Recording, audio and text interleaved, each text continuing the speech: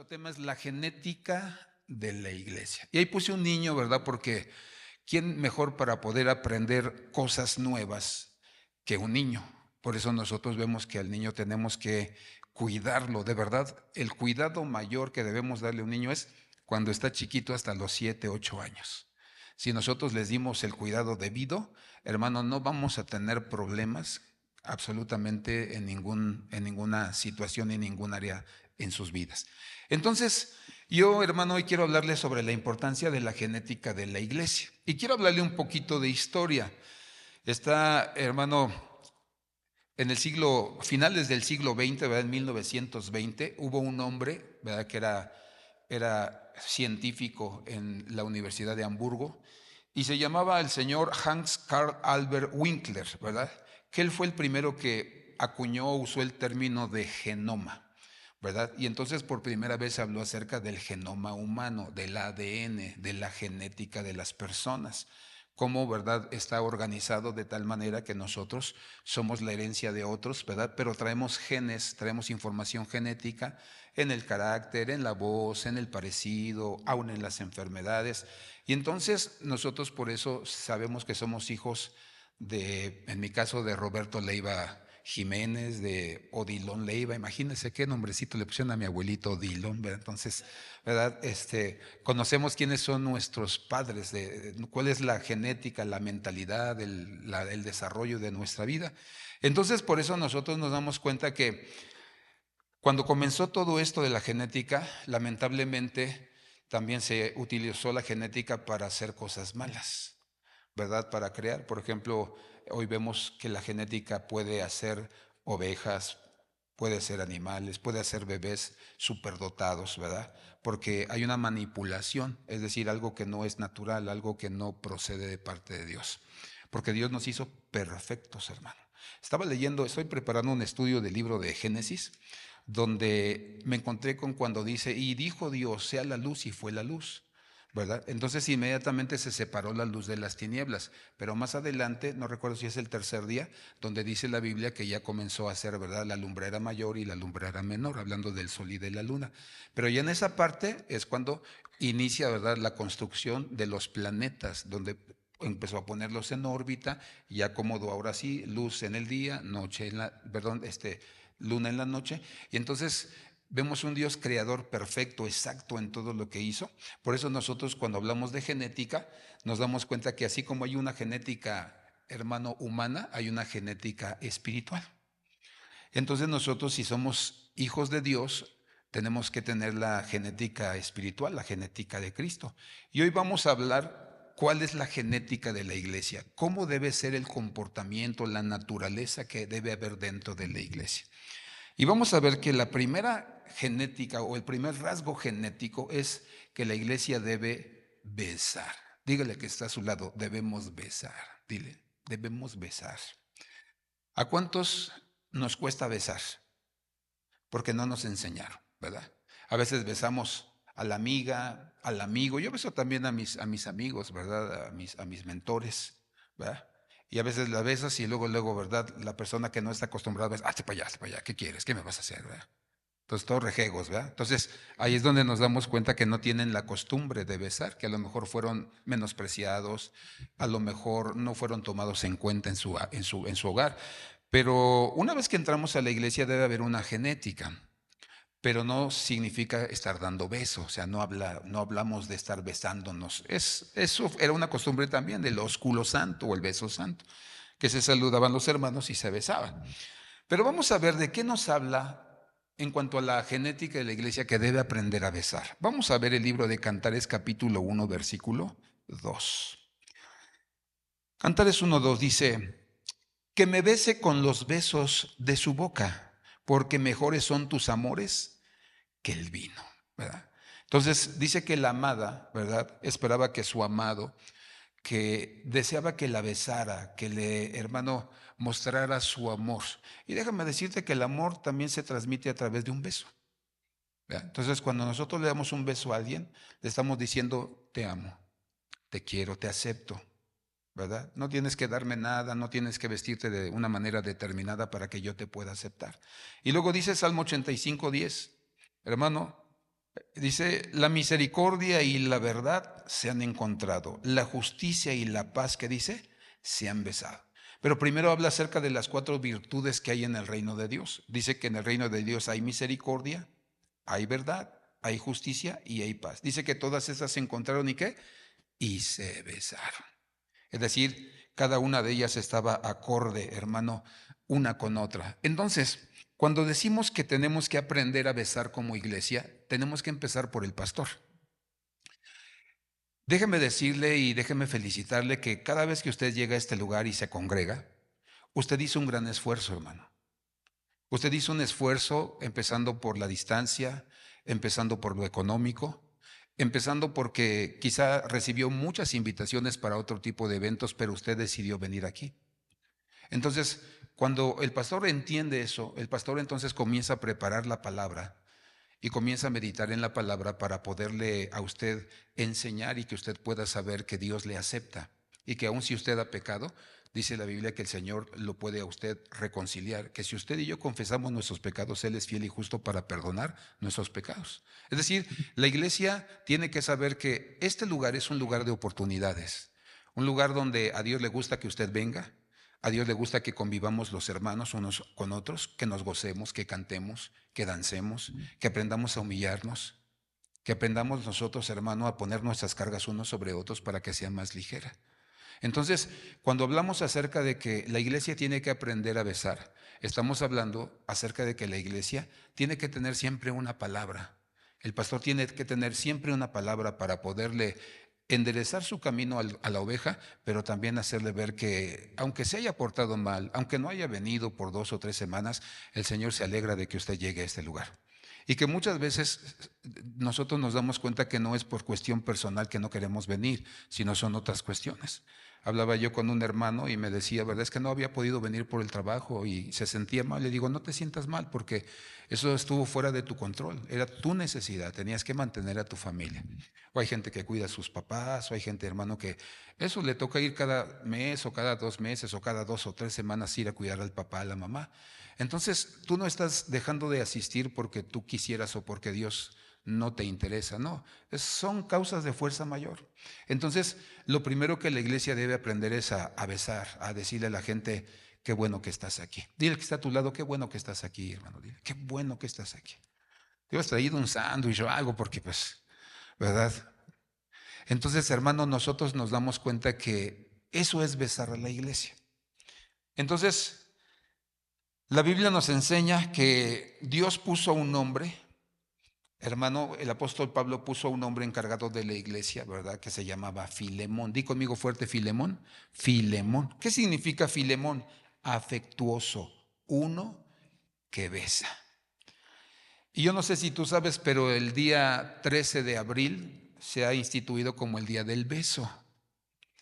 Ese es el día del beso a nivel mundial, ¿verdad? Todos los 13 de abril están, hermano, conocidos como el día del beso. Entonces, cuando nosotros besamos, tenemos que saber, hermano, estamos diciendo que besar es que a la iglesia, ¿verdad? A la congregación le enseñemos, hermano, a tener, ¿verdad? Esa palabra de bendición. Y vamos a a aprender, ¿verdad? ¿Cómo podemos besar a la congregación? ¿Cómo podemos besarnos como iglesia? Vamos al beso de la respuesta correcta, ¿verdad? Es decir, tus labios tienen que dar, ¿verdad? Un beso como dando una respuesta correcta. Vamos a ver a qué se refiere eso. Dice Proverbios 24-26. Besa los labios, dice, besa los labios el que da una respuesta correcta. 26 nuevamente, pero en otra versión dice, el que da una respuesta honesta es como si diera, ¿qué dice? Un beso. Entonces la Biblia nos enseña que los besos, hermano, que tenemos que dar es que nosotros le hablemos con verdad a nuestro amigo, a nuestra amiga, a nuestro marido, a nuestra mujer. Es decir, a veces nosotros decimos, has oído esa frase, mentiras piadosas, porque no queremos que se ofenda, no queremos lastimarlo. Pero la Biblia nos dice que la manera de besar a la iglesia es que le hables con la verdad. ¿Es tu amigo, es tu amiga, hermano? Nosotros tenemos que demostrarle una verdadera amistad diciéndole la verdad. Pero recuerda, con amor, con misericordia. Decirle, mira, necesitas entender que no estás caminando bien. A veces hay hijos que vienen, no, hermano, es que mi papá, mi mamá y todo, ¿verdad? Y los ponen como los monstruos, pero yo les digo, ¿verdad? Mira, tu mamá es una mujer de oración. No puedes encontrar mejor aliado cuando pasas por momentos difíciles que tu mamá. A lo mejor te molestaste, pero mejor valora. A lo mejor realmente estás haciendo algo indebido, algo que no le agrada a Dios. Y lo que está haciendo, aparte de advertirte, te está salvando la vida. Te está evitando tropiezos. Que los jóvenes así son, ¿verdad? No, yo me las sé de todas, no, ya no necesito a nadie. Por eso dice ¿verdad? Que la gloria de los jóvenes es su fuerza, pero les falta muchísima experiencia. O sea, sí son fuertes y capaces de hacer muchas cosas, pero si no tienen la experiencia, van a tropezar y a tropezar y a tropezar. Entonces, cuando nosotros besamos correctamente es cuando le decimos a la gente la verdad. O sea, no los engañamos, ¿verdad? Por eso, si alguna persona a veces nos viene a nosotros, hermano, decir que nosotros podamos apoyarlos o respaldarlos, porque a veces, a mí me tocó una vez que una persona me dice, es que no sé a quién apoyar si los dos son mis amigos, hermano. Y le digo, mira, no te sientas mal. La Biblia dice, oh, cuánto me alegro que mis hijos anden en la verdad. Entonces, ¿a quién vas a apoyar? Al que esté en la verdad. Si tu otro amigo no está en la verdad, entonces no tienes por qué apoyarlo, por qué respaldar su decisión. Y díselo, estás mal y no puedo apoyarte. ¿Estás bien? Tienes todo mi apoyo. Así de sencillo, sin lastimar, sin ofender. Y que la persona sepa que no está caminando en esa verdad. Entonces, hermano, por eso nosotros, ¿cómo es que nosotros besamos correctamente? Diciéndole la verdad a los nuestros, sin tapujos. A veces para decir la verdad hay que dejar que se les pase el coraje, porque si tú le dices la verdad a la hora del coraje, no va a tener un oído sensible para poderte escuchar. Ahora, date cuenta de la importancia de saber dar bien un beso, porque dar un beso o decir algo correctamente tiene una trascendencia. En la historia dice que un beso, hermano, dice en Roma, dice los documentos se firmaban con una X y luego tenían que sellarlo con un beso para darle validez. Entonces, no hay mejor amigo, amiga que nos hable con la verdad y que entonces a nosotros nos haga, hermano, gente firme, gente que sabe reconocer también sus errores. Dice, en la cultura oriental darse un beso en la mejilla era señal de paz, pero darse un beso en la boca era señal de tiernísimo afecto. Entonces, es por eso que decimos, mira, amigo, te quiero un chorro. Y porque te quiero tanto, no te puedo decir mentiras, no te puedo engañar. ¿Verdad? Entonces dice que eso era lo que se hacía en la antigüedad. Dice, cuando un rey permitía que le besaran la mano y su ropa dice, era una gran honra.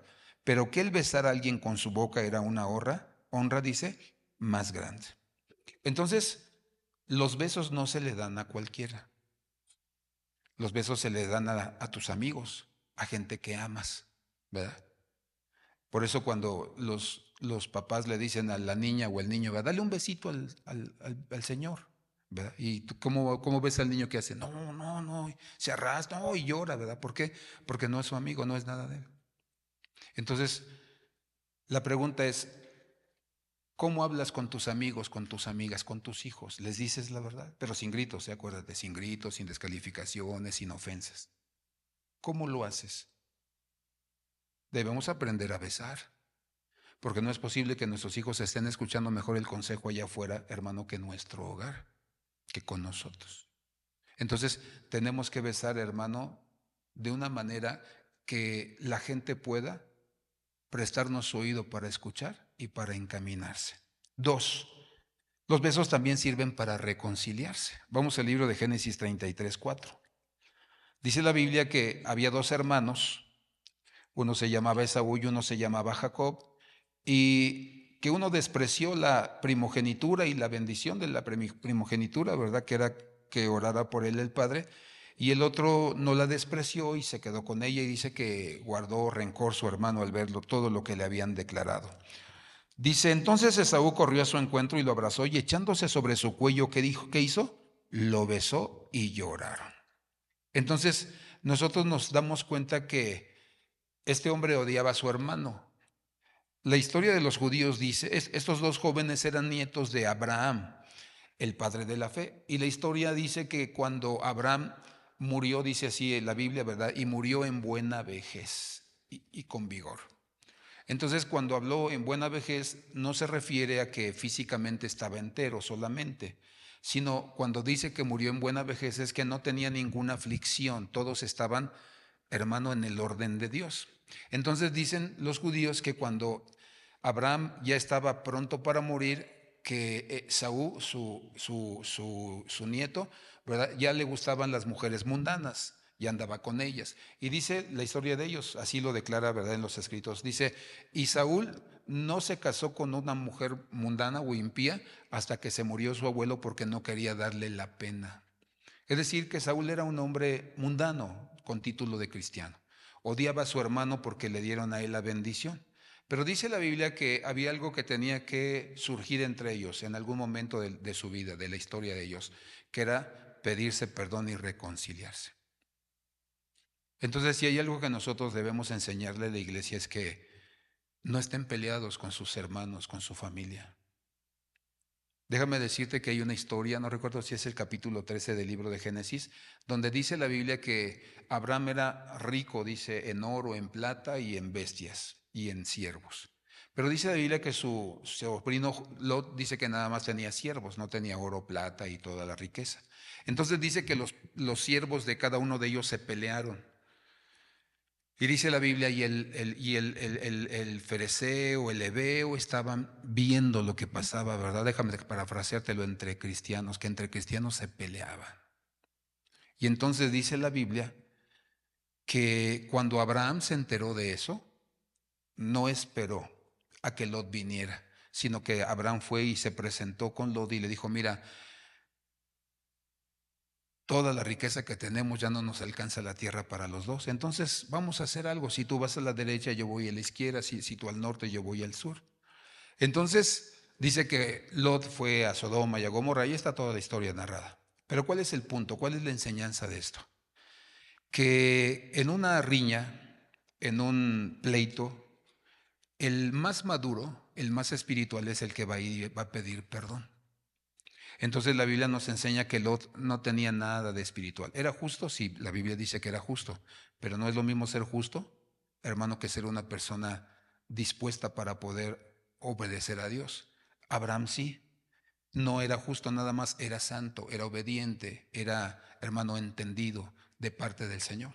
Entonces, ¿qué hacemos nosotros cuando tenemos diferencias entre nosotros como pareja, como familia, como padres e hijos, como hermanos en Cristo? ¿Qué actitud tenemos? Dice la Biblia que si hay algo que debemos buscar es reconciliarnos.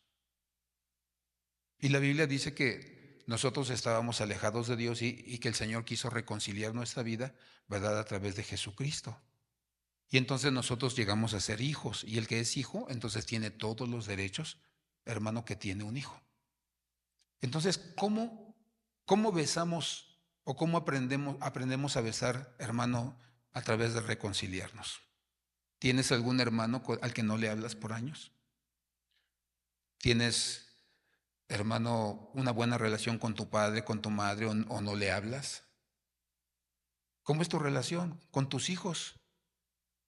A veces hay padres que tienen una mala relación con sus hijos, con sus hijas, y no les hablan, no se preocupan por cómo estén, cómo están. Entonces, la Biblia dice que una de las maneras de reconciliarse es pidiendo perdón. Ese es el beso. Pide perdón. Ponte a cuentas con él, ponte a cuentas con ella. Busca la manera de estar los dos, hermano, bien. Porque a veces nosotros, yo me acuerdo que una vez hay una persona, ¿verdad?, que me hizo mucho daño, ¿verdad? Y yo nada más le decía, Señor, yo lo perdono y yo te pido que si yo contribuí para que Él tenga esa actitud conmigo, pues muéstramelo y déjame pedirle perdón. Entonces me acuerdo que una vez íbamos en el centro y hermano, y yo lo vi de lejos y se pasó del otro lado a la otra acera. Y entonces, ¿verdad?, me di cuenta que él tenía un problema, ¿verdad? Y con los años, pues Dios nos dio la oportunidad de reconciliarnos, de pedirnos perdón. Y hubo otro hombre, ¿verdad?, que se fue de aquí, hermano, enojado y todo, ¿verdad?, porque se le quiso corregir y vino hasta los 7 años. Y me acuerdo que toca y abrí la puerta y digo, sí, hermano, Dios le bendiga, ¿cómo está? Bien. ¿Puedo hablar con usted? Sí, pase. Y desde que se sentó en la silla, ¿verdad?, se puso a llorar y dijo, hermano, perdóneme porque todo este tiempo yo no he querido obedecer a Dios y que yo quiero pedirle perdón por lo que hice. Y le dije, hermano, yo lo perdono, yo desde el primer día que usted se fue, yo lo perdoné. Dice, hermano, es que mi pecado es este, yo lo he visto en la calle muchas veces y lo tenía así de frente, hermano, usted nunca me vio, pero siempre le daba yo la vuelta porque yo no quería reconocer que yo había fallado. Imagínate 7 años opresionado, entristecido, hermano, por situaciones. ¿Te has peleado con alguien? Reconcíliate. No esperes, hermano, que algo malo pase. Hay que reconciliarnos. Y después está el beso de la bendición. ¿Cuál es ese? Dice Génesis 31:55. Y Labán se levantó muy de mañana, besó a sus hijos y a sus hijas, ¿y qué dice? Y los bendijo. Entonces Labán partió y regresó a su hogar. ¿Cómo es que podemos dar besos? Bendice la vida de tu hijo y de tu hija. Dice que los abrazó, los besó, dice, los bendijo y los despachó. Entonces, hermano, ¿cuántas veces nosotros hemos dejado de practicar esto? Los abrazos, los besos con nuestros hijos, con nuestras hijas, con nuestra esposa, con nuestro esposo.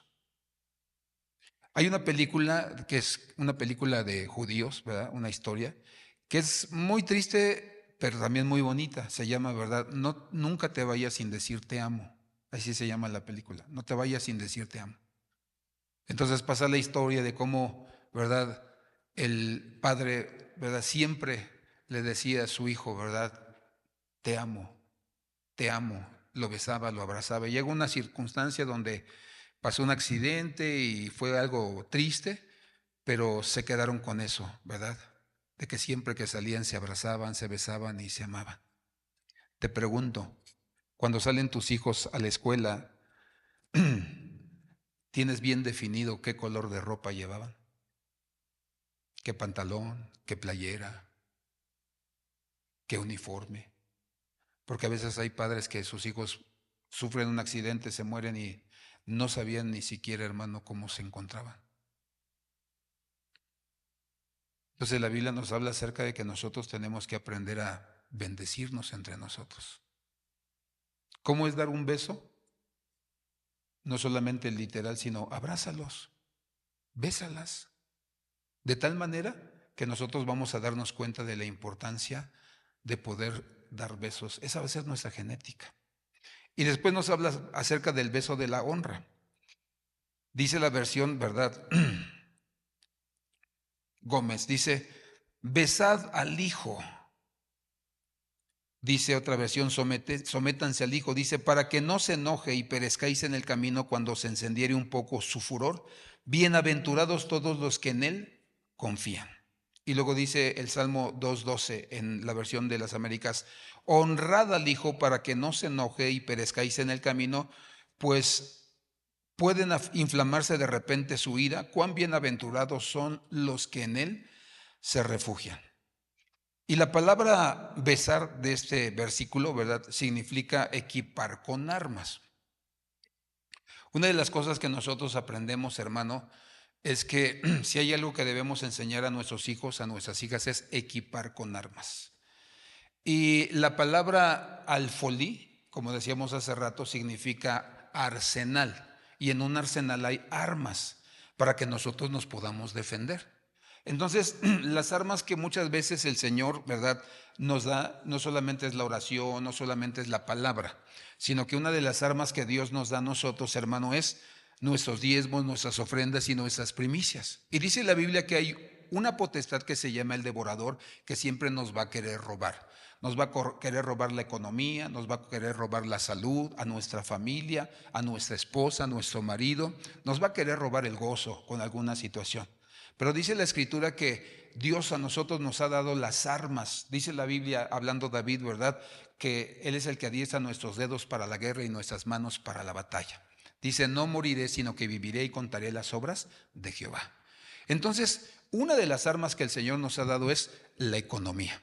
Que nosotros podamos diezmar, ofrendar y dar nuestra primicia. Y hermano, el Señor, como enseñamos las primeras veces que hablamos de las primicias, es como un blindaje a nuestra vida económica, donde el enemigo no nos va a poder derrotar. Y todos los que hemos sido fieles en nuestros diezmos y ofrendas, lo vimos, hermano, en el periodo de la pandemia. Cómo Dios nos suplió, cómo Dios proveyó, cómo Dios hizo milagros financieros en nuestras vidas, de tal manera que nosotros teníamos aún para ayudarle al necesitado. Entonces, una manera de besar es honrar. Entonces, cuando nosotros honramos a Dios y somos fieles, hermano, el Señor nos provee y nos prospera en todas las áreas de nuestra vida.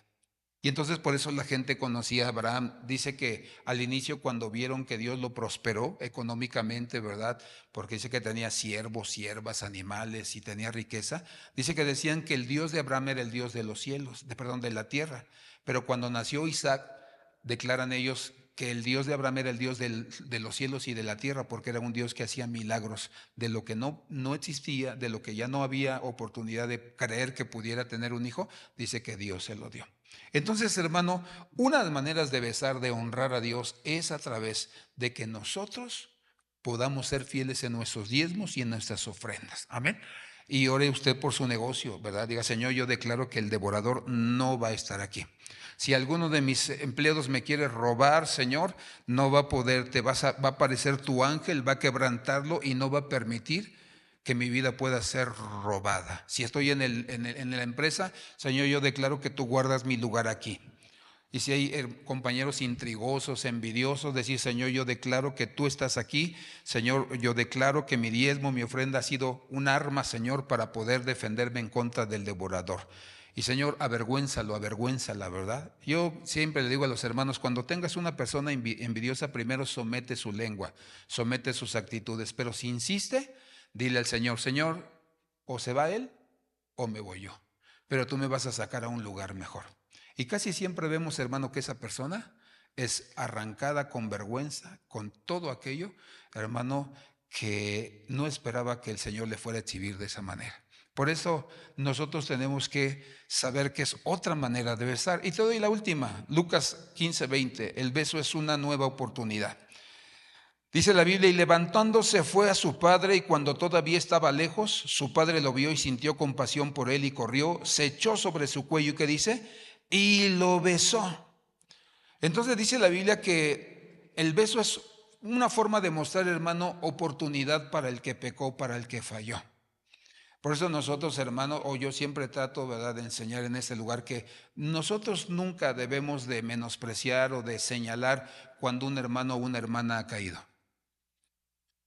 Aquí solamente, hermano, solamente paso al frente, y que hasta ahorita, gracias a Dios, no ha habido necesidad, pero solamente tienen que pasar al frente los ministros, los que sirven en el altar. O yo en mi caso, si yo hubiera caído en pecado. ¿Por qué? Porque la gente tiene que saber, si un ministro cae, ¿cuál es la primera cosa que nace en su corazón? Ir con la iglesia y contarle una historia diferente. Que somos malos, que no lo entendemos, que lo presionamos, etcétera, etcétera.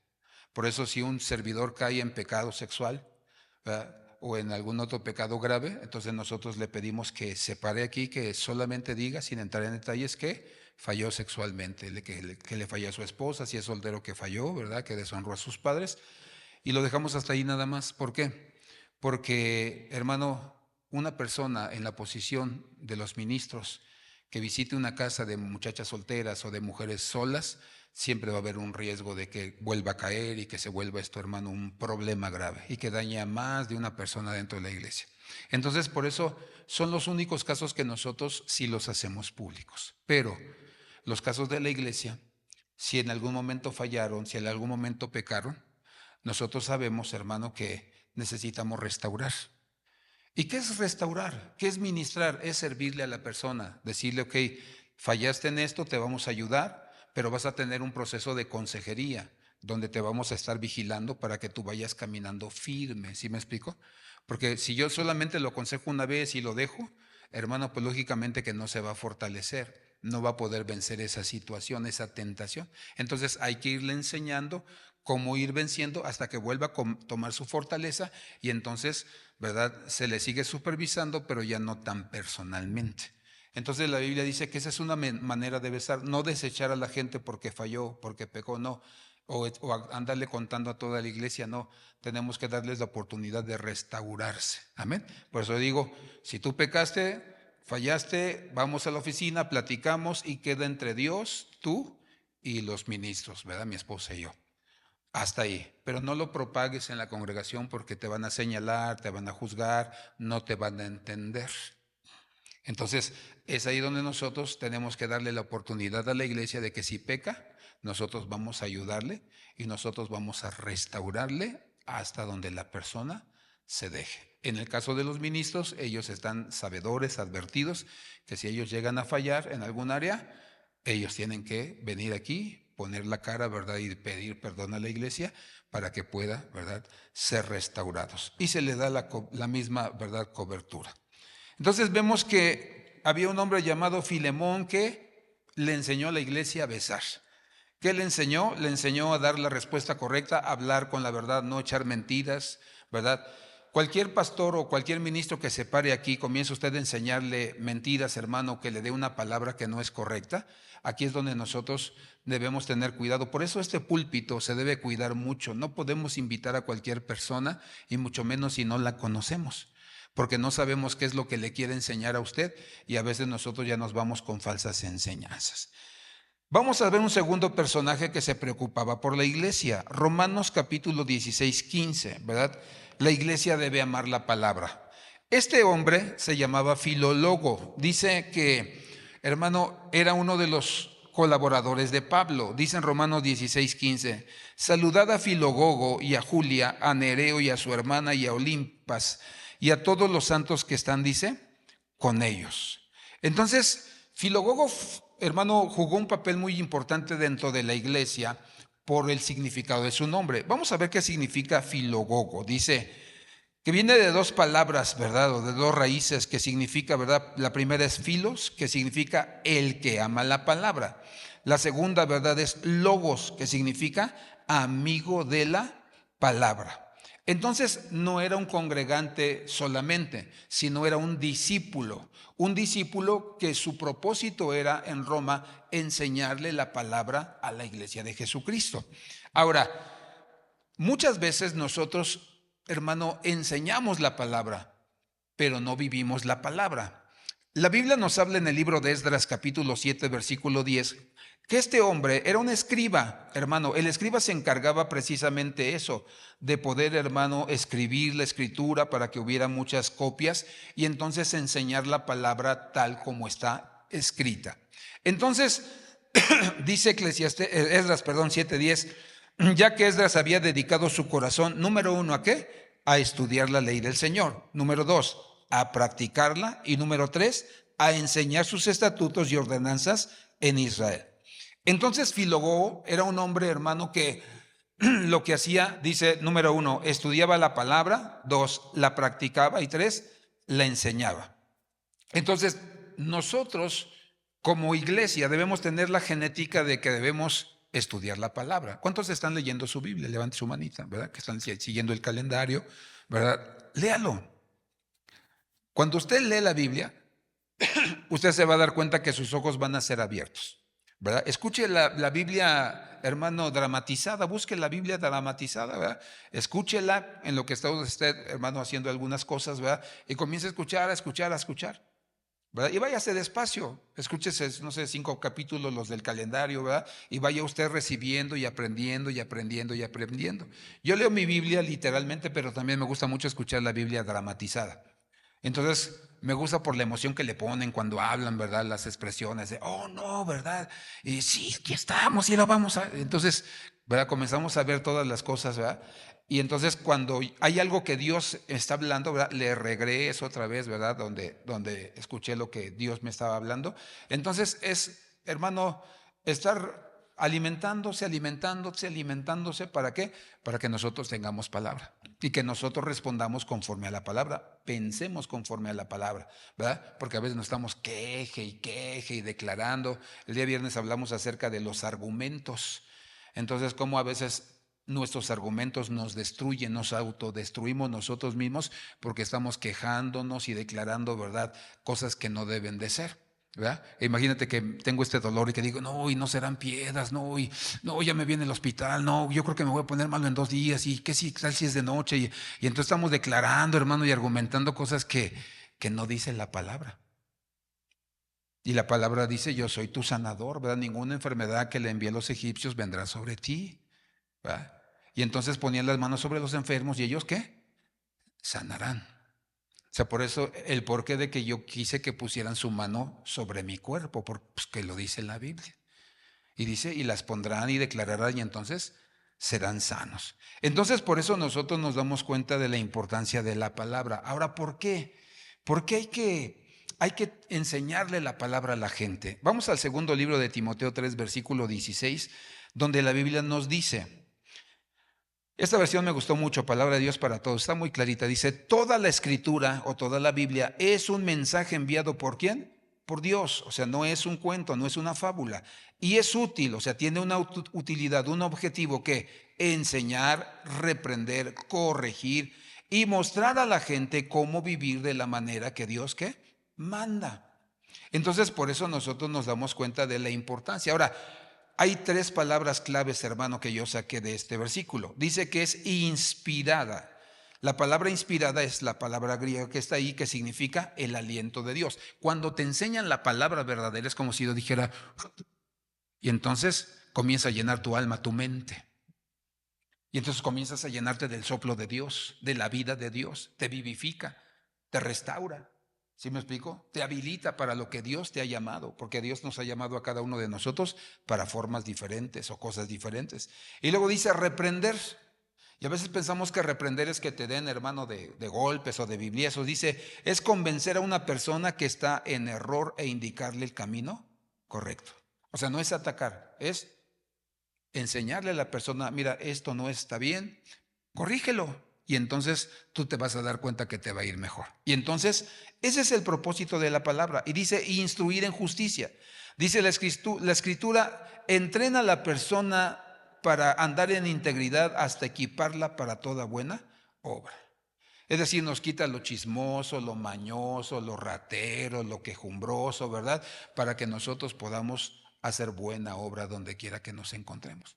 Entonces, por eso la gente, yo creo que te ha pasado más de una vez donde la gente dice, disculpe, usted es cristiano, y le preguntamos, ¿por qué? Por su manera de hablar. Disculpe, usted es cristiano, ¿por qué? Porque le di cambio de más y usted me lo regresó y no se quedó con él. Entonces la gente sí conoce cuando nosotros estamos siendo instruidos por la palabra. A veces hay esposos o matrimonios, hermanos, donde uno de los dos tiene un carácter muy fuerte, ¿verdad? Y el esposo o la esposa le contestan cordialmente, con amor, con respeto, con misericordia. Y aquí han venido casos que de repente viene el hermano y dice, es que yo quiero pedirle perdón a mi esposo, hermano, porque yo lo hago con toda la intención de lastimarlo, de matarlo con mis palabras. Y él me responde con amor, con misericordia. Y ya no aguanto eso me atormenta. Porque cuando nosotros somos enseñados por la palabra, reaccionamos conforme a la palabra. Y la gente se da cuenta. O viene alguien con un problema, está pensando que le va a ir muy mal, que se va a morir, que no hay remedio, pero sacas la palabra, el consejo de la palabra, y la palabra le da paz, le da entendimiento. Y de aparte le corrige, ¿verdad? Por si está caminando de una manera de desobediencia, o sea, el Señor le da la oportunidad. Dile que está a tu lado, no condenamos aquí, dile, no condenamos aquí, no juzgamos a nadie. O sea, la intención es que tú y yo conozcamos la palabra para que la palabra enderece nuestros caminos, recibamos el soplo de Dios y podamos servir en toda buena obra. Ese es el segundo personaje, la segunda cosa que debe haber en la iglesia. Por eso, hermano, siempre que yo te enseñe, tienes que traer tu Biblia y ver que lo que yo te estoy diciendo está escrito en la palabra. Amén. Siempre en la palabra, siempre en la palabra. Hay gente que me pide, ¿verdad? Mis notas, ¿verdad?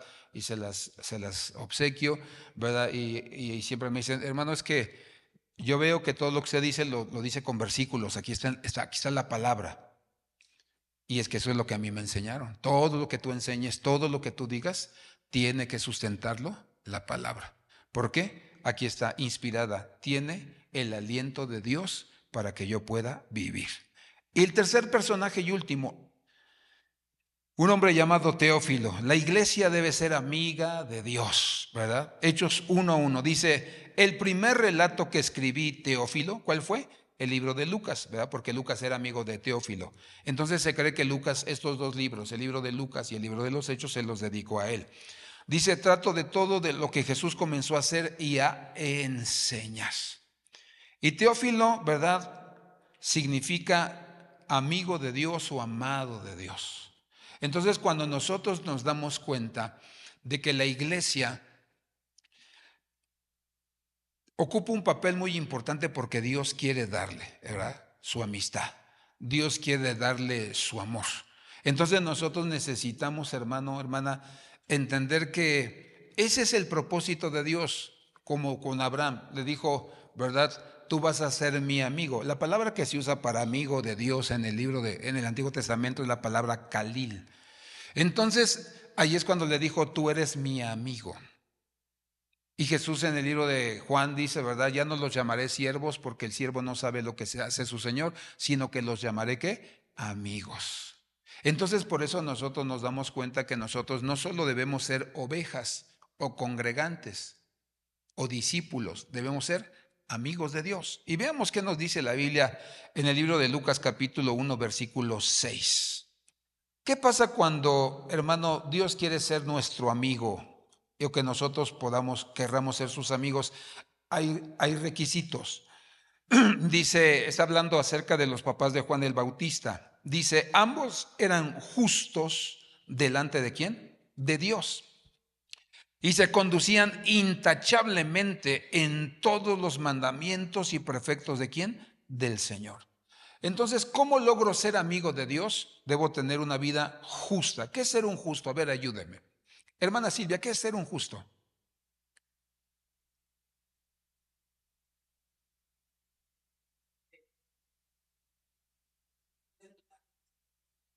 Exactamente, debe haber equidad. Karen.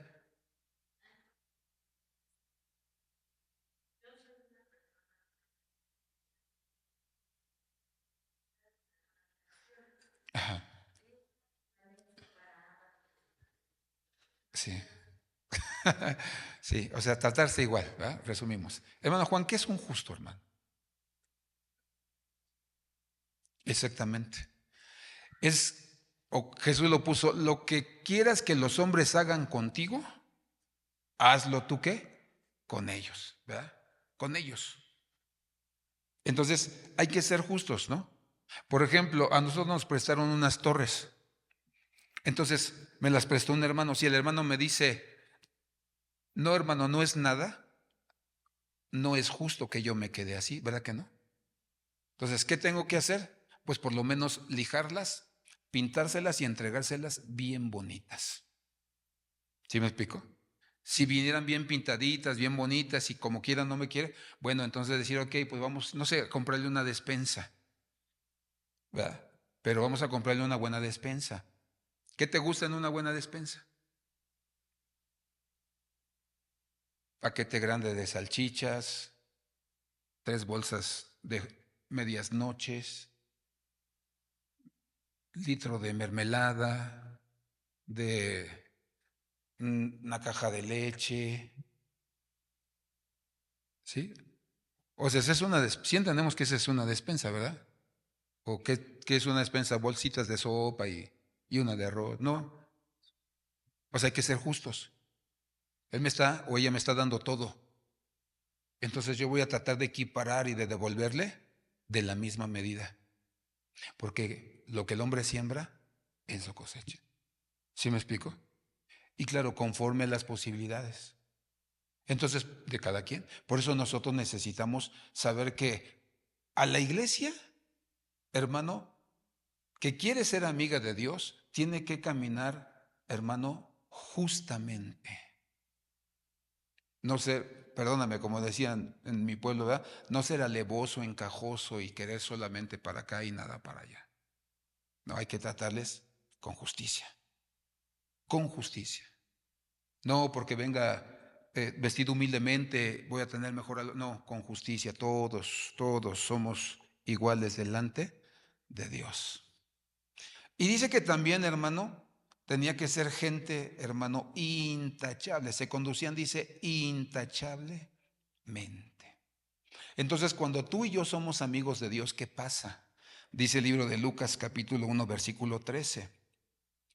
Dice, pero el ángel le dijo, está hablando del mismo, ¿verdad? No temas, Zacarías, el papá de Juan el Bautista, porque tu petición ha sido oída y tu mujer Elisabet te dará a luz un hijo y lo llamarás, ¿qué? Juan. Entonces, cuando uno es amigo de Dios, su petición, tu petición y la mía son escuchadas. Por eso dice el Salmo, ¿verdad? Los ojos de Jehová están sobre los fieles de la tierra y sus oídos atentos al clamor de ¿quién? De los justos. Entonces, por eso entendemos cómo muchas veces el Señor no responde a nuestra oración, porque no somos justos, porque no somos intachables. Intachable no quiere decir que no tengas ningún error, significa que eres humano y tienes algunos errores, pero no vives una vida de pecado, una vida de maldad. Entonces, por eso nosotros nos damos cuenta que debe aprender la iglesia, número uno, a besar. ¿Cómo? Perdonando. ¿Cómo? Dando oportunidad al que se perdió, al que falló. ¿Cómo? Siendo fieles en nuestras finanzas. Nosotros tenemos que aprender a besar, pero también tenemos que aprender a manejar la palabra de Dios correctamente. Y tenemos que aprender a ser amigos de Dios. Hay 4 características de este hombre llamado Teófilo que nos enseñan a nosotros. Dice que la primera cosa o la primera característica es que Teófilo, hermano, fue un oyente.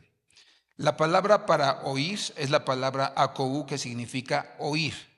Dice, tiene 2 usos, oír sonidos u oír el significado de un mensaje. Entonces, hay gente que escucha el mensaje pero no lo entiende. Pero el que es amigo de Dios, el que se convierte en discípulo, lo escucha y lo entiende correctamente. Y dice, ok, ya sé, ya me cayó el 20 de lo que Dios me quiere decir. Otra característica, dice que era creyente. Y la palabra que se utiliza para ser creyente es la palabra pistis, que significa creyente confiado. Entonces, era un hombre que oía la voz de Dios, conocía su palabra y confiaba que la promesa que estaba escrita podía hacerse realidad en medio de su vida.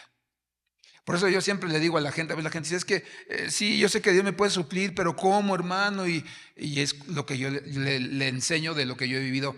No le preguntes a Dios cómo, cuándo, ni dónde, pero de que te lo va a dar, te lo va a dar. Y va a mandar a alguien que te va a bendecir, que te va a prosperar, y entonces tú vas a tener tu bendición. Yo me acuerdo mucho de una mujer que se quedó su esposo sin trabajo. Dios estaba tratando con ellos, hermano, porque él era muy soberbio, ¿verdad? Él compraba en las mejores tiendas y le hacía fuchi a lo demás. Entonces Dios trató con él, le quitó el trabajo, andaba ahí, ¿verdad? Y de trabajitos, hermano, que no era mucho el sueldo. Y entonces me acuerdo que se sentó con sus hijos, era la hora de la comida y ya no tenían que comer. Y le dijo, ¿verdad? Vamos a orar por los alimentos. Y los niños se quedaron viendo así como diciendo, pues, ¿qué le pasa a mi mamá si no hay comida? Y entonces empezó a orar, Señor, gracias por esos alimentos, te pedimos que los bendigas, que los santifiques. Y en eso tocan la puerta. Y llega una persona y dice, oye, no sé, espero que no te ofendas, es que hicimos una fiesta, hicimos comida, ¿verdad? Y nos sobró bastante, entonces te trajimos, dice, tuvimos para una semana de comida, de diferentes cosas. ¿Cómo? Dios es el único que sabe cómo te va a suplir y te va a proveer. ¿Cuándo? En el momento donde tiene que mostrarte que Él está contigo, que Él está presente. Ayer que estábamos en la oración, estaba yo enseñándole a los hermanos sobre los nombres de Dios en el Salmo 23. Y uno de los nombres del Señor es que Él estaría con nosotros todos los días. Es el nombre de el que Dios presente, está presente con nosotros. Lo que Jesús dijo, yo estaré con vosotros todos los días hasta el fin del mundo. Entonces, por eso nosotros nos damos cuenta que para que nosotros podamos ser amigos de Dios, hay que creerle. Y luego pasamos a la etapa de discípulo. ¿Qué es un discípulo? Es la palabra griega matetes, que significa aprendiz. Viene de otra raíz que es mat, que significa un pensamiento acompañado, ¿qué? De esfuerzo.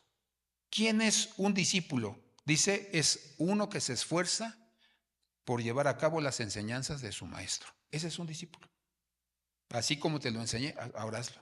Fue lo que dijo Jesús, lo que vosotros me visteis hacer, hacedlo vosotros. Entonces, eso es un discípulo. Ese era Teófilo, un hombre que quería ser discípulo, un hombre que investigaba, ¿sí? Entonces, a mí me dice algo, ¿verdad? Por ejemplo, Tajaciel ya está en categoría de discípulo, ¿verdad? Entonces me dice, oye, pa, es que sobre esto vi, leí todo, que te va a dar una luz, pero búscale también. O sea, no hay que darle todo, tiene que buscarle. Ya nomás lo que traiga hay que, ¿verdad?, limpiarlo si no está completamente limpio para que pueda ir. Ok, esa es la línea, así debes hacer las cosas, así debes hacerlo. Pues te estoy dándoles un curso, hermano, a un grupo de hermanos porque vamos a guerra espiritual, porque vamos a orar por el muchacho Omar se llama, ¿verdad? Entonces, estamos en eso, ¿verdad? Entonces, preguntas. Y se enriquece el momento porque comienzan a preguntar, comienzan a opinar, comienzan a ver este punto, comienzan a ver el otro. Entonces, hermano, eso te hace un discípulo. Comienzas a enseñar, hermano, a ver, investíguenle, a ver, hagan esto, ¿verdad? ¿Para qué? Para que nosotros podamos aprender, podamos saber. Ese es un discípulo, alguien que se esfuerza, que lee, que investiga, que pregunta, que tiene una convicción. Y entonces, ¿verdad? Decimos, sí, queremos ser discípulos. Y luego se viene la etapa de siervo. Dice que es la palabra doulos. Esta palabra, hermano, es muy, muy, muy, ¿cómo te diré? No, es muy, nos hace comprometernos porque nos hace siervos. Dice siervo, es la palabra doulos. Indica sometimiento sin la idea de ¿qué? De esclavizar. Entonces, nosotros nos hacemos siervos de Dios. Por eso un siervo no tiene derechos. Yo, por ejemplo, estoy dando el curso y les digo, empezamos a las 7 de la noche, pero no sabemos a qué hora vayamos a terminar. Primer día creo que vamos como a las 10 de la noche o 10:30. Entonces, yo al hermano que está con nosotros, que hay dos que tienen carro, le digo, ok, pues hágame el favor de llevarlo, le pagamos su gasolina para que lleguen bien los hermanos. Pero a mí sí me interesa que estén porque son los que me van a ayudar, hermano. O sea, ese muchacho no tiene solo un demonio, tiene muchos. Entonces imagínate uno solo contra él, pues no la va a hacer uno. Entonces ya les dije, pues pónganse pilas, ¿verdad? Ya cómo vamos a iniciar, cómo vamos a hacer el proceso, ¿verdad? Y la regla, no se espanten, que van a ver cosas que a lo mejor nunca han visto. Entonces hay que ser siervos, ¿verdad? Para que nosotros lleguemos a ese nivel. Entonces ya cuando somos siervos, pues ¿qué dijo Jesús? Ya no los llamaré siervos, sino serán ¿qué? Mis amigos. ¿Por qué? El siervo no sabe lo que hace su Señor, pero el amigo sí sabe lo que hace su Señor. Entonces, hermano, póngase de pie. Yo no sé si usted quiera tener esta genética, aprender a besar, aprender, hermano, a amar la palabra y aprender con todo su corazón a ser amigo de Dios. Pero acuérdese, dice, porque Dios los ha visto que son justos y son intachables delante de Él.